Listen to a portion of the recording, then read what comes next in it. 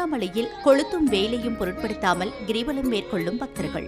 நினைத்தாலே முக்தி தரும் திருவண்ணாமலை அண்ணாமலையார் திருக்கோவிலில் தினந்தோறும் ஆயிரக்கணக்கான பக்தர்களும் பௌர்ணமி உள்ளிட்ட நாட்களில் லட்சக்கணக்கான பக்தர்களும் 14 கிலோமீட்டர் கொண்ட கிரிவல பாதையில் கிரிவலம் வந்து அண்ணாமலையாரை வழிபாடு செய்கின்றனர்.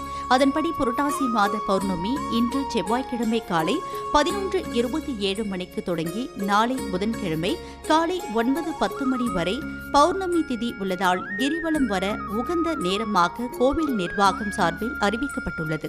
பௌர்ணமி தினத்தை ஒட்டி தமிழகம் மட்டுமின்றி வெளி மாவட்டம் மற்றும் வெளி மாநிலங்களான ஆந்திரா, கர்நாடகா, தெலுங்கானா போன்ற பல்வேறு மாநிலங்களில் இருந்தும் காலை முதலே ஏராளமான பக்தர்கள் திருவண்ணாமலைக்கு வருகை தந்து கிரிவலத்தை தொடங்கியுள்ளனர். கடந்த சில தினங்களாக திருவண்ணாமலையில் பகல் நேரங்களில் கடுமையான வெப்பம் வாட்டி வதைக்கும் சூழலில் பொதுமக்கள் இயல்பு வாழ்க்கை முற்றிலும் பாதிக்கப்பட்டுள்ளது.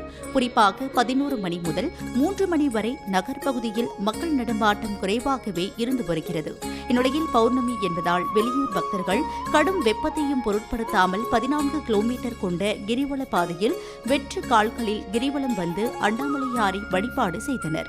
வெப்பம் அதிகமாக இருக்கும் பகுதிகளில் பக்தர்கள் ஓட்டம் எடுத்தும் செல்கின்றனர்.